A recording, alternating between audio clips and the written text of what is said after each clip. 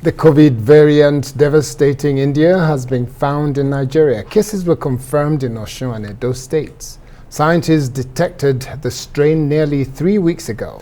On Monday, the government restricted gatherings at places of worship and banned nightclubs following reports that the strain had spread to 23 other countries.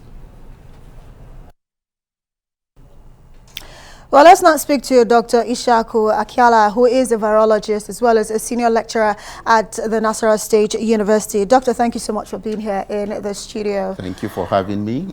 And of course, you know, describing this new variant, it's not coming as a surprise to a lot of scientists who've been monitoring, you know, the mutation of the COVID-19 strain. Well, let's talk about, you know, this discovery and its implication on our fight against the pandemic. Yeah, I think it's quite, I want to give kudos to Professor Happy of Redeemer University in Ede for sequencing the mutant variant strain of the Indian variants, so to say.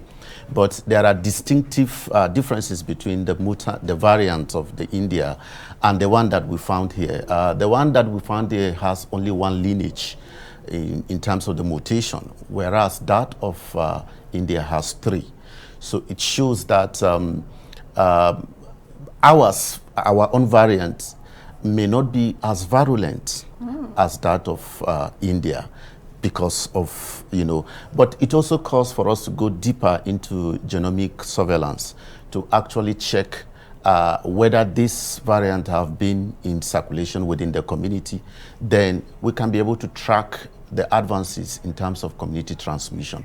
So what is here for us is actually to look at the impact of this, the transmissibility of this variant, one, to look at also the impact on diagnostic tests, on therapeutics, and also on vaccines. Wow. You know that definitely, just like the South African variant, you discover that the Oxford AstraZeneca now said that no, they have to produce another new vaccine again for the South African variant. So it shows that definitely we need to get first, second, third, fourth generation of COVID-19 vaccine to be able to handle most of these variants. That's very interesting. But I was just listening to you there, and what's going through my head is the fact that in terms of what measures government is putting in place, do you think there is anything they're doing that is different from what we have done before that will protect us against this new variant? Absolutely. So there are stringent measures that we need to put in our borders,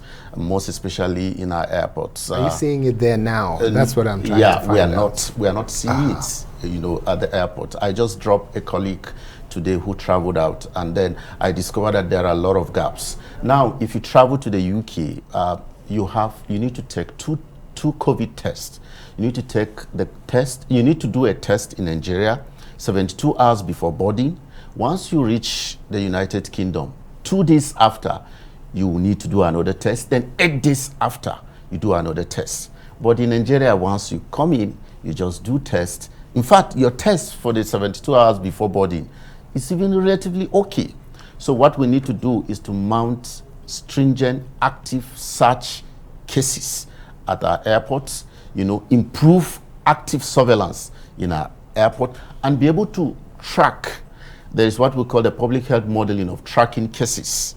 The sad reality is that we don't have that. We don't have such kind of platforms. I do know that there was an introduction of a ban on foreign travelers coming from India, even though there's no direct flight from India. Turkey. But those Nigerians who are coming back from those countries of concern that have this variant of concern, they are asked to go on a compulsory quarantine, which they have to pay for. That came into effect not too long ago. So you're saying that is not far-reaching enough? Absolutely, it's not far-reaching enough. I have friends that transited through these countries, through Turkey, through Brazil. They mingle.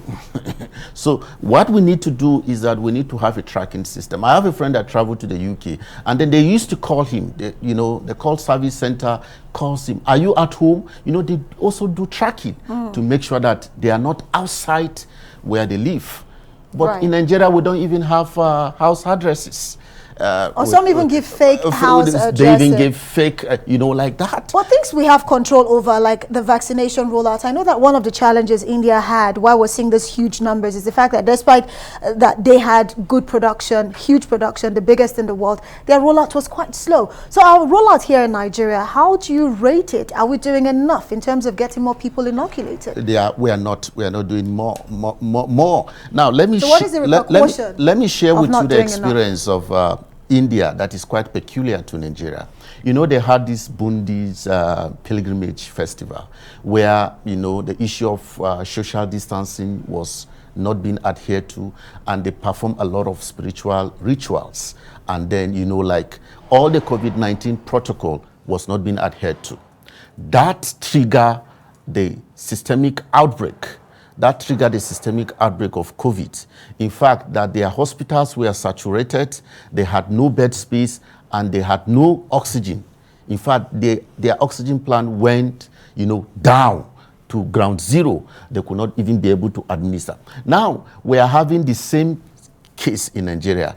Of course, there will be Salah Eid al-Fitr celebration. You find out that a lot of people will travel, a lot of people will mingle, social distances will not be adhered to.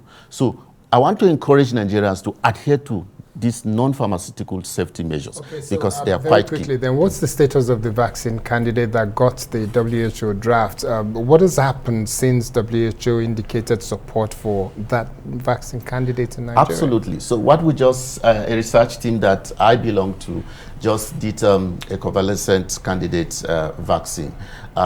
If I'm positive for COVID, I can take my serum, you know, undergo a stem cell process, and then give to Amaka.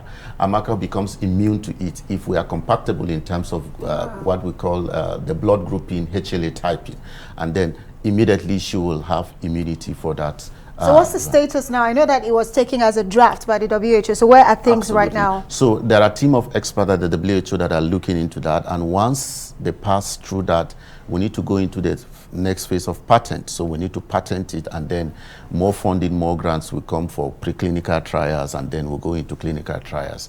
And we believe that Nigeria has all it takes, all the human resources, all the platforms. All what we need is a political will and leadership to drive this process. Absolutely. We'd have to say thank you so much, Dr. ISHAKU, for joining us tonight in the studio. Absolutely. And good luck to you and your team, really. Thank you for having me. And well done. Nigeria's own vaccine candidate. Hopefully we'll see that come to fruition soon.